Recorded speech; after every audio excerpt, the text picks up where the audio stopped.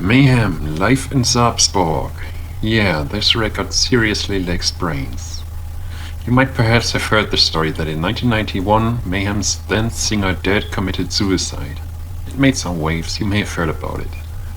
His least favorite person in the world and bandleader Euronymous found his corpse, wrists slashed, brains blown out with a shotgun. So, besides more esoteric stories such as cooking a stew from the brains and collecting scalp pieces for necklaces, Euronymous decided the most logical course of action to take in that situation would be to take some pictures of the scene. And to not let those pictures go to waste, he'd send it to all his snail mail underground metal friends around the world. He was a sharing guy like that. He also liked to send tapes of various Mayhem live performances to those pen pals of his, because it's 1991, there's no internet, but you know guys from the most obscure black or death metal bands ever around the planet. You gotta enjoy the whole thing and share the experience. So one of those guys Euronymous knew was Bull Metal, then drummer of Massacre and Aggressor, among even more obscure acts. And Bull Metal, no fool himself, looked at his received items, his tape of a Mayhem live recording, his photo of the dead Mayhem singer, and after what I assume was some deep and thoughtful reflection, he added two and two together and said, hey, I should put those things together. Put the tape on CD, used the photo as a cover. And thus, the Dawn of the Black Hearts bootleg was born, one so infinitely tasteless in brilliant and equal manner that it remains infamous to this day. Bull Metal, of course, himself committed suicide a bit over a decade later and was found dead in his apartment. And in a cruel turn of events, no pictures were taken. Fast forward to the year 2017, and I guess the rights to said tape of that live show Mayhem played in Sarpsborg, Norway in 1990 that made the most infamous bootleg ever somehow must have made it into the hands of Peaceville Records.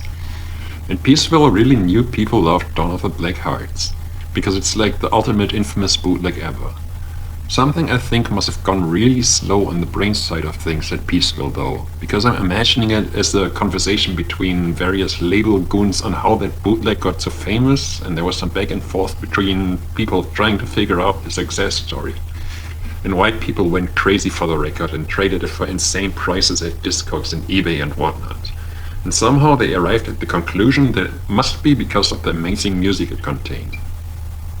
Okay, Peaceville, that's not how it happened. That's not the reason. People love Live in Leipzig because it's a really great live record with Dead on vocals.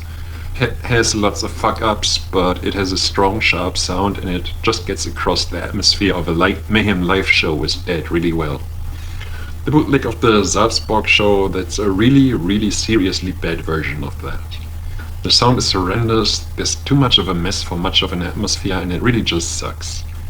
I don't know why this would even have to be explained unless you lived under some kind of very well-insulating rock that kept you from the rest of the going-ons of the planet really well.